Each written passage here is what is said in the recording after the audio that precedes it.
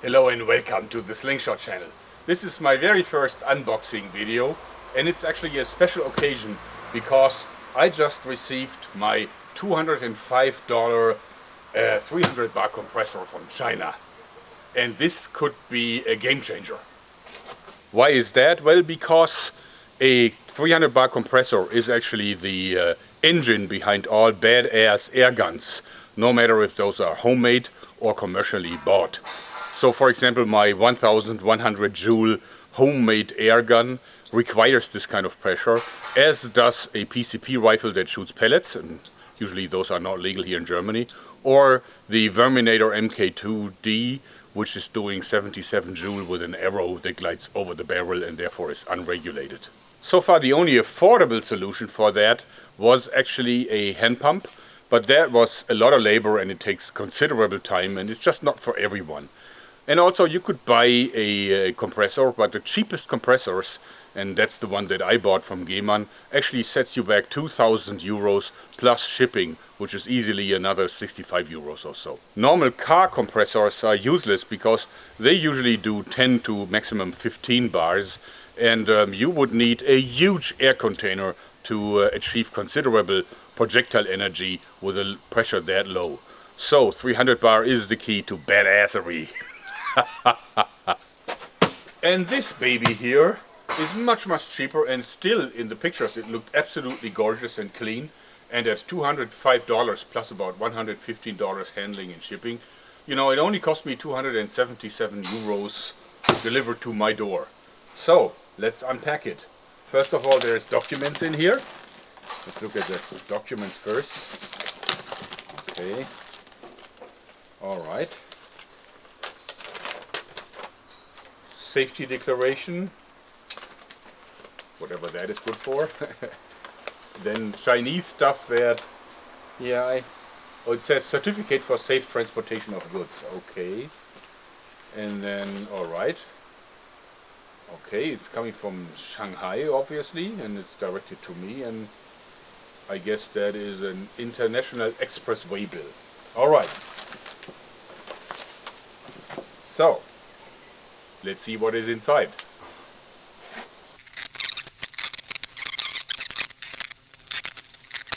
Wow, look at that.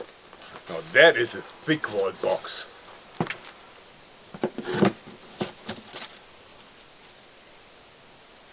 So certainly use this for target practice.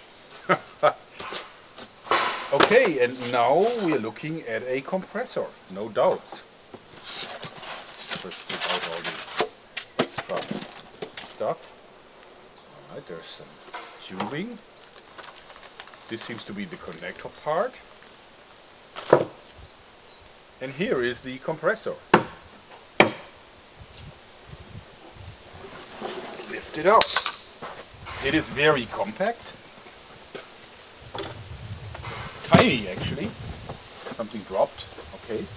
Seems like that was the power supply. Alright.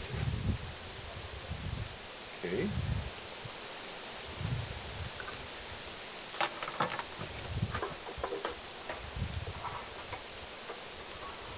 Actually not the power supply. That's another part which I don't really know what it's for. And this is obviously set to European 220 volts, the way I ordered it. There's a digital thermometer. Okay. I guess to avoid overheating. I ordered this in a version that is like a set pressure. This means that I have a gauge here that I can set to the desired pressure, because not all of my contraptions can go to full 300. Sometimes I only use like 100 bars and so on. And therefore it is important to have this thing that automatically switches off the compressor as soon as the desired pressure has been achieved. This looks like a very sturdy, well-made device. The only thing that I have to figure out is how to connect it. Or maybe there is some material. Okay, there's operations instructions in here. So let's read those. Just let's take out what is in here. Alright, this seems to be like the stuff that the dentists pop in your mouth before they pull out your teeth. And there's a few extra seals in here. Okay, and then we have this here. Okay. This is the hose that certainly connects the compressor to your air gun. And I'm sure I'll find a corresponding connector here somewhere. Hopefully the instructions are going to tell me where. Alright. Some more weird stuff. Some more spare parts. Okay. I think it's time to look up in the instruction manual how this works.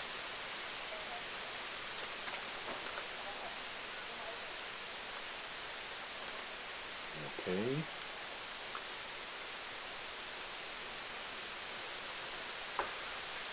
Lots of warnings. It is actually very good English, so this has been obviously worked over by someone who is a native English speaker, which is good. You know what? I'll read it and I'll come back to you once I got everything figured out. Alright, now everything is fully mounted, and I'll explain to you what I did. First of all, I attached the hose to this here. Then also this is the depressurizer for it. It's simply a screw that you have to dismount after you have filled the weapon. Then what I did is I installed the thermometer, which is requiring two batteries that they do not include, so two little button cells that I had fortunately in reserve. So, and then of course you had to install these two hoses, which are going to the pump.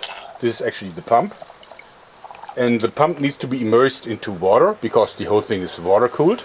And actually the water is cool already because I tested it, of course. I did run into some problems as expected. First of all, I found everything to be okay quality except this hose here.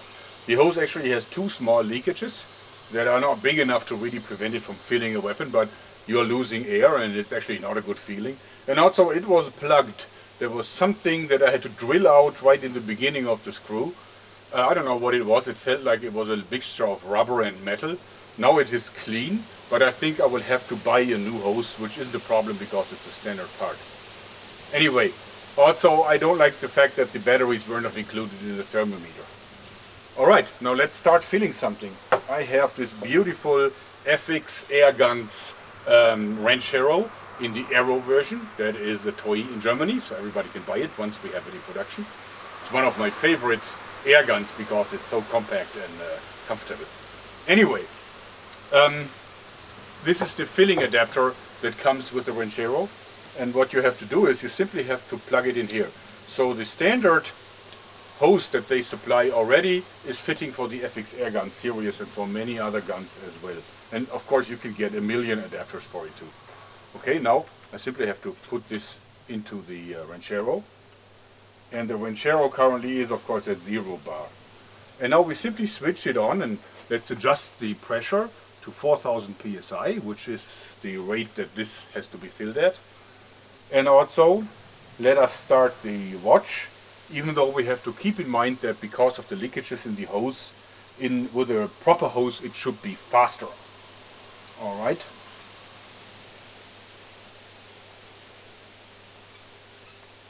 Okay. We start the power, start the clock, and it immediately reacts. 50 bar, 100 bar,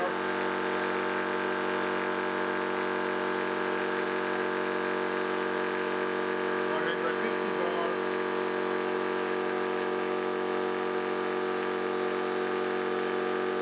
200 bar.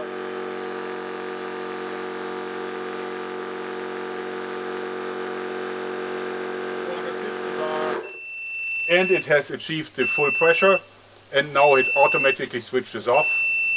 I can switch it off here. Temperature says 24.9 degrees Celsius, which is really not very warm. And I release the air from the hose, and then I can pull out my plug, and I have a fully functional, fully charged weapon. 37 joules of energy per shot. And that was actually under a minute, so it didn't even take it a minute. This is way quicker than the €2,000 Geman compressor that I used so far. Actually, there even is a filter in the hose. Nice machined aluminum. And see this filter here? They give you spares for it. And I think that's very good, because this means that no dirt will ever get into your weapon. The only thing I have to replace is this hose, which is probably a €5 article. Okay, for the next test, we're trying to fill my homemade 1100 Joule air gun. And of course we had to change the connector a little bit. So instead of the FX air gun connector, I now use the standard 1/4 inch hydraulic connector that you can buy on eBay. I use those for the homemade contraptions just because it's very easy to connect them to the plumbing devices that we have. So this goes on first. Okay, nice and firm. And now of course we have to connect the pump and the power to the compressor. See, the pump is working, and you can see that it's pumping the water through the second stage of the pump. And the connector is all ready. Okay, now it's time to fill up the gun. Make sure that the air trap is closed. Set it to 4,500 psi and have a go. Okay. Go.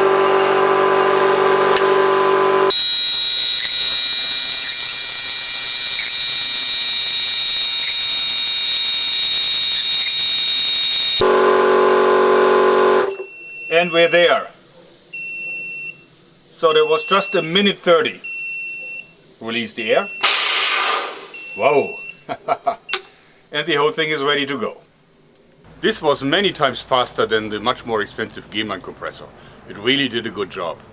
And it didn't overheat. Temperature still says 19.7 degrees, so centigrade. This means that it is really not hot at all. That was a proper job. And of course a normal air gun or a paintball gun would now have many rounds from this one filling, but this air gun only has one. And we're gonna shoot it against the old dead tree that I also used for the sword tests. And I'm gonna use this aluminum arrow. It already saw some abuse, so I don't really hope that it will have a lot of penetration because it's already so weakened. But we'll find out. All right, there we go.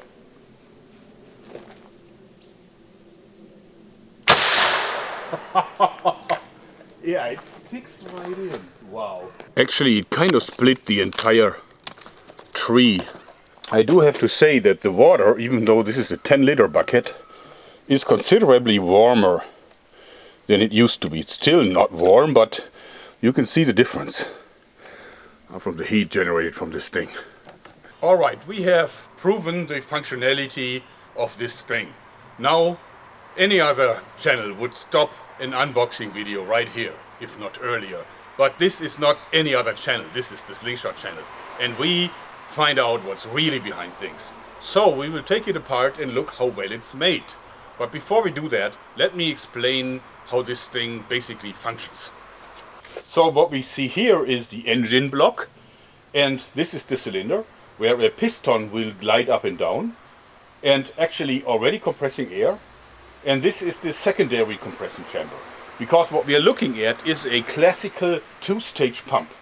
This means the electric engine that's certainly underneath this blue box is turning a crankshaft, and that in turn shifts a piston up and down, and the piston actually soaks in air through this filter here. See this filter? Soaks it in and then compresses it and pushes it into this chamber.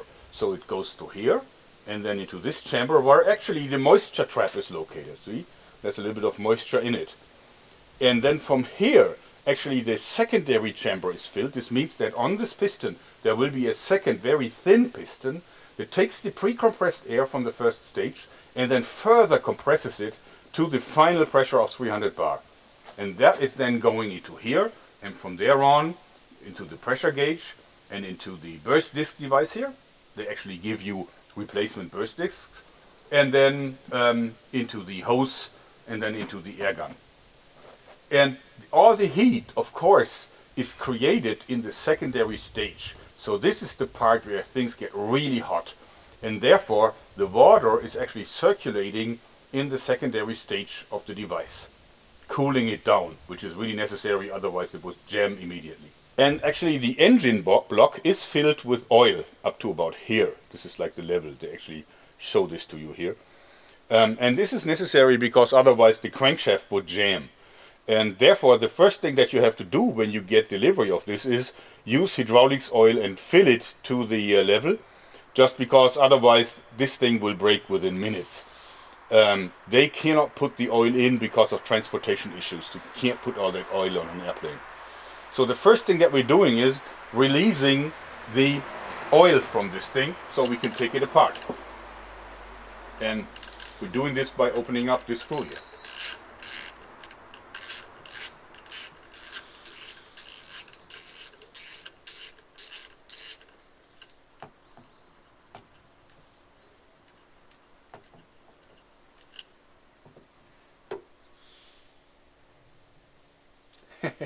Seems like nothing is coming out.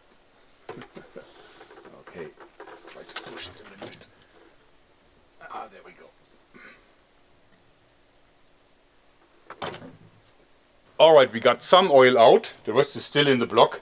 Not a problem, we'll just turn it sideways when we open it. Seems like it's really kind of thick and not really pouring out of the engine block easily. Now let's open the lid up.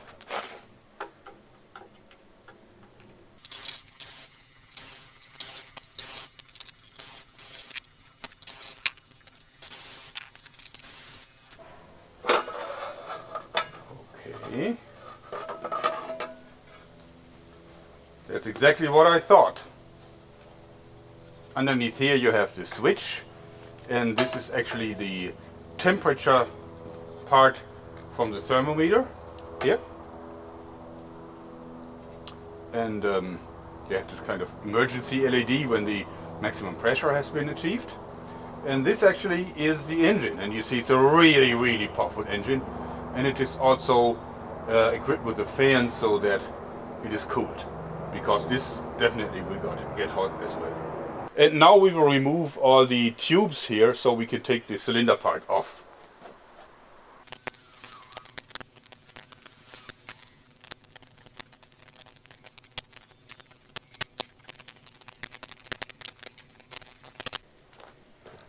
And now we will remove the aluminum head for the second compression chamber.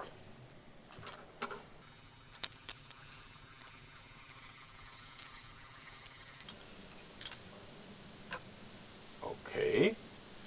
So this is exactly like I predicted. See, there is the piston, and the piston goes up and down. See, like that. Actually, I think I can turn it right here. See? And it goes up and down, compressing air, pushing it into the moisture trap, and then it comes back compressed and demoisturized, and then this additional piston actually compresses it in this additional cylinder here until it's reached the 300 bar maximum pressure. It looks well made and clean. Now let's take off the cylinder.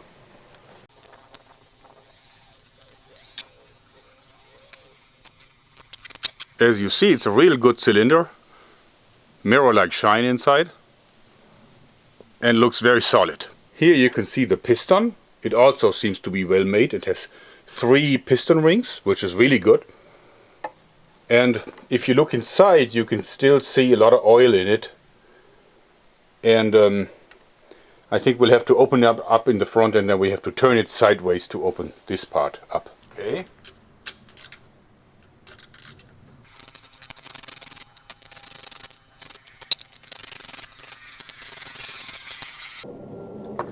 Right, it's a big rubber piece here. Okay, now we can see the inside. Let's have a look. So this is fairly simple. As you see, it all is swimming in oil. That's nice. And as you can see, this is all about taking a rotational force into an up and down pumping motion. And it is done just with an eccentre. So a typical crankshaft, like in any kind of engine. And what you can see here is one of the big disadvantages, because it is clear. This is an aluminum crankshaft, then it is no bearing, so this is gliding directly on the steel. So this is really the first true disadvantage that I've seen. They did not put in a ball bearing or a needle bearing for the crankshaft. And actually I think that it's not so bad because it is swimming in oil, but otherwise aluminum on steel will eventually cause some kind of damage, and therefore I see this is one of the weaknesses. But still, I think it is fine because of the oil.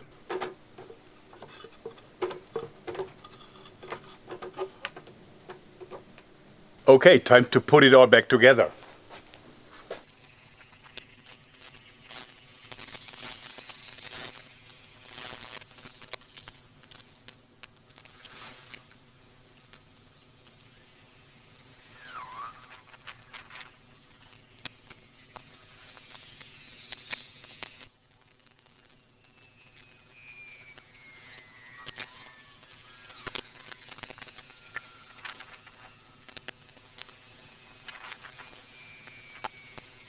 Alright, everything is back together. Let's test if it has pressure. And simply we can just do this without connecting anything, because this will actually clamp down when there is nothing connected. So it will only pump up the hose, and therefore the maximum pressure will have been reached very quickly.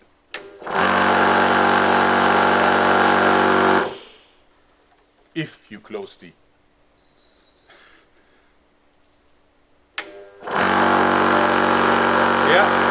goes up. Yes.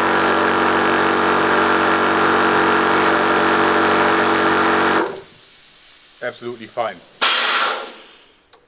Back in business. Okay, what is my conclusion on the Yongheng air pump? I was actually proud that I could remember the Chinese name. Anyway, for $205, it is a major steal. Even if you add the shipping, it is just amazing.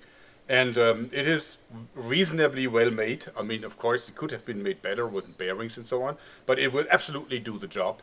And of course, it's a little more professional if you have an integrated water tank and not this bucket solution. But hey, $205 US. On the other hand, of course, if you import this from China, I mean, it got delivered by TNT to my door for 277 euros altogether. But I have no idea if there's actually customs included or not, because it may happen that you have to pick this up at customs and then pay another 20% import tax or something like that. I don't know. I think it can happen. And also you have pretty much virtually no warranty, and I don't know if there's any spare part that you can buy. So I guess there are importers that ship this from within Germany or from within the country that you live in. And I actually think if the surcharge is not too much, you should probably buy from these guys, because they will have to provide warranty, they will have to make sure everything is properly taxed, and also they can hopefully supply spare parts should you need some. Other than that, I think it's a revolution, because now paintballers, air gunners, PCP guys, and do-it-yourself weapon makers like myself have a very, very good solution how to pump up the weapons quickly and inexpensively. I hope you like this, because I do.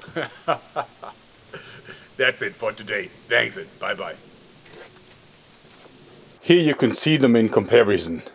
That's the 2,000 euro, like $2,200 US G-Man compressor. Pretty nice. And it has a built-in water tank.